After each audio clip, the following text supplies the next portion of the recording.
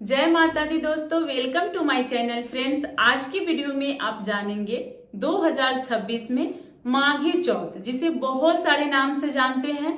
तिल चौथ, संकष्टी चौथ, सकट चौथ, तिलकुट चौथ, बहुत से नामों से जानते हैं।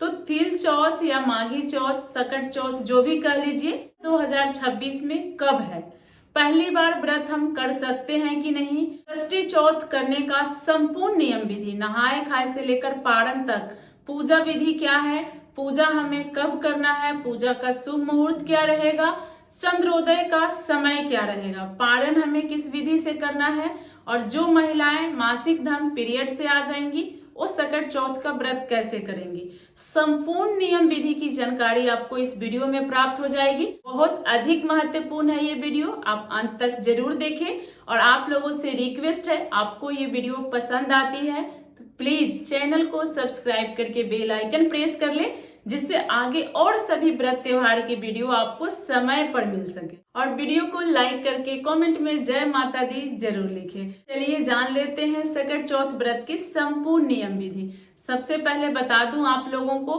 कि ये तिल चौथ माघी चौथ व्रत माघ मास कृष्ण पक्ष की चतुर्थी तिथि को रखा जाता है। चौथ व्रत में हम गणेश जी का विधिवत पूजा करते हैं, और ये माघी चौथ जो होता है साल का सबसे बड़ा चौथ व्रत माना जाता है। जो लोग करवा चौथ की व्रत रखते हैं उनको माघी चौथ रखना विशेष जरूरी होता है। संतान की लंबी आयु, उत्तम स्वास्थ्य, उज्जवल भविष्य के लिए हम लोग संकष्टी चौथ का व्रत रखते हैं। ये व्रत हर घर में रखा जाता है, सभी महिलाएं करती है।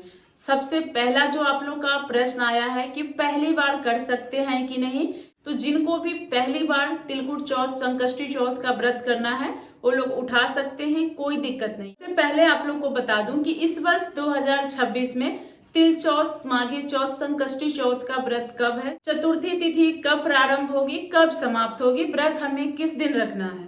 तो आप लोग को बताना चाहूंगी कि सकट चौथ रखने के लिए चतुर्थी तिथि प्रारंभ हो रही है 6 जनवरी 2026 दिन मंगलवार को प्रातः काल 8:01 पर, और चतुर्थी तिथि समाप्त हो रही है 7 जनवरी 2026 दिन बुधवार को प्रातः काल 6:52 पर। तो कोई भी चौथ व्रत होता है तो हम लोग चांद का पूजा करते हैं, चंद्रमा को अर्घ देने के बाद ही हम व्रत खोलते हैं। इसलिए जब रात्रि में चतुर्थी तिथि पड़ रहा हो तो उसी दिन हम लोग चौथ का व्रत रखते हैं। इसलिए इस वर्ष तिल चौथ का व्रत हम लोग 6 जनवरी 2026 दिन मंगलवार को रखेंगे, 7 जनवरी को हम लोग पारण करेंगे। चलिए आप लोग को इसका नियम विधि बता देती हूँ कि हमें व्रत कैसे नियम पूर्वक करना है।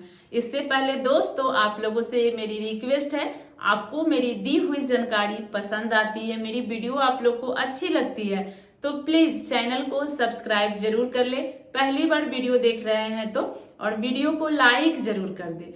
लाइक आप लोग हर वीडियो को करें, इससे मुझे बहुत ही अच्छा लगता है।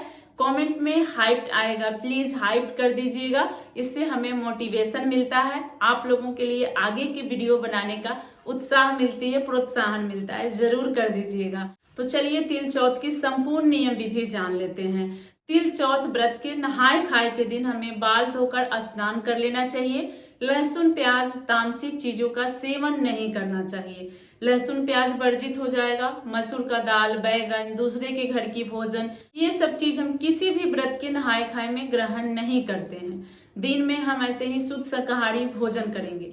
तिल चौथ के नहाए खाए में रात्रि को विशेष रूप से मोटी रोटी बनाई जाती है, जैसे कि मक्के का रोटी थोड़ा मोटा होता है ना, उसी प्रकार से गेहूं की रोटी भी हम थोड़ा मोटा बनाते हैं। और माना जाता है, ये नियम है, अगर आपके यहाँ का नियम हो तो कर लीजिएगा, नहीं तो थोड़ा सा चेंज जो आपके यहाँ का वो कर लीजिएगा।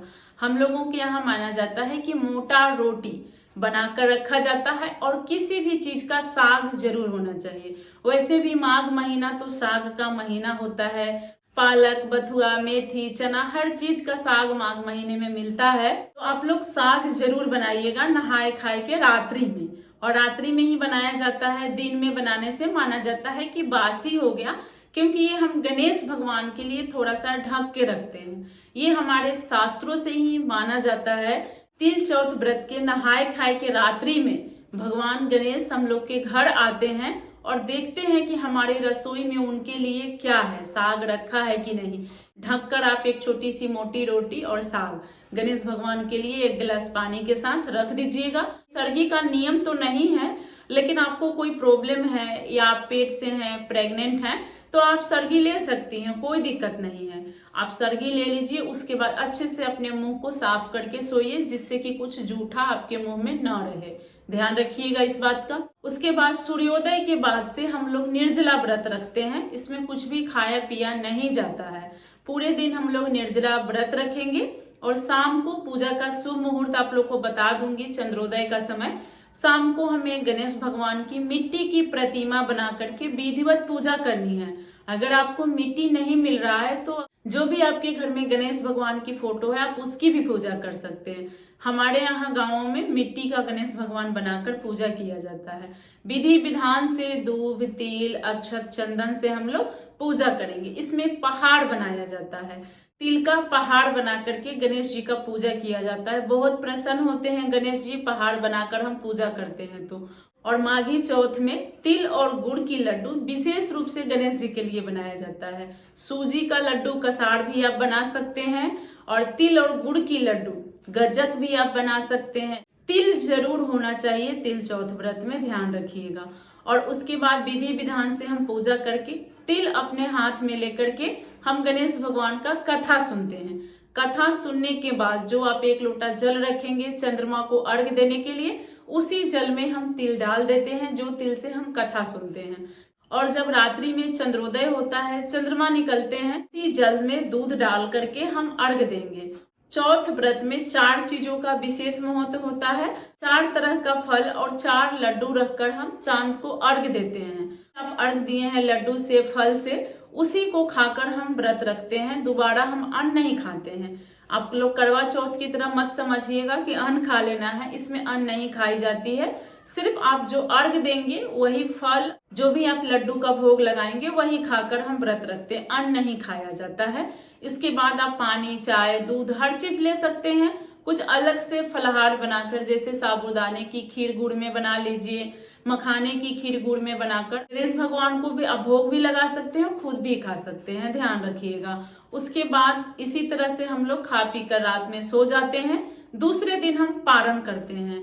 तो पारण पंचमी तिथि में हमें करना चाहिए। 7 जनवरी को हम लोग पारण करेंगे। तो उस दिन आप फिर सुबह सवेरे जल्दी उठकर, अगर आप गणेश भगवान की प्रतिमा बनाए हैं मिट्टी का, तो उसको जल प्रवाहित कर दीजिए। अगर आप प्रतिमा नहीं बनाए हैं, आप चौकी लगाकर गणेश जी की पूजा किए हैं, तो अच्छे से नहा धोकर गणेश भगवान की तस्वीर उठाकर अपने मंदिर में विराजमान करा दीजिए, चौकी उठा दीजिए। पूरे विधि विधान से जैसे प्रतिदिन आप अपने घर में पूजा करते हैं, दैनिक पूजा, वैसे पूजा पाठ कर लीजिए। उसके बाद से आप वही तिल की लड्डू खा करके आप अपना व्रत खोलेंगे। उसके बाद आप सब कुछ खा सकते हैं। पहले वो जो गणेश भगवान को आप चढ़ाएंगे पूजा में तिल की लड्डू, वही खानी होती है। इसी तरह से हम लोग पारण करते हैं। जो बहन मासिक धर्म पीरियड से आ जाएंगी, वो चौथ व्रत कैसे करेंगी? तो देखिए, देव की पूजा 7 दिन पे की जाती है। गणेश भगवान की भी पूजा 7 दिन से पहले नहीं करनी चाहिए, अर्घ नहीं देनी चाहिए। करवा चौथ का बात अलग होता है। माता करवा की हम पूजा करते हैं, इसमें गणेश भगवान की पूजा की जाती है। तो अगर आपका 6 दिन 7 दिन पीरियड का हो गया है, आपकी ब्लीडिंग बिल्कुल बंद हो गई है, आप अच्छे से सर धोकर स्नान करके नाखून वगैरह काट कर अच्छे से श्रृंगार करके आप पूजा कर सकती हैं। अगर आपकी ब्लीडिंग चल रही है, पीरियड बंद नहीं है, तो आप पूजा किसी और से करवा लें। आप दूर से बैठकर कथा सुन ले, आपके बदले भी अर्घ चंद्रदेव को कोई दे देगा। उसके बाद आप वो प्रसाद खाकर व्रत खोल सकती हैं। लेकिन ये व्रत छोड़ा नहीं जाता है, ध्यान रखिएगा।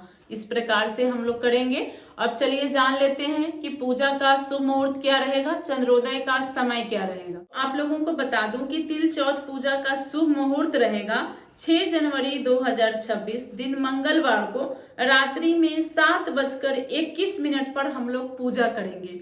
और चंद्रोदय का समय होगा 6 जनवरी 2026 दिन मंगलवार को रात्रि में 8:54 पर। देखिए, चंद्रोदय का समय हर गांव में, हर शहर में थोड़ा 1, 2, 4 मिनट अलग अलग होता है।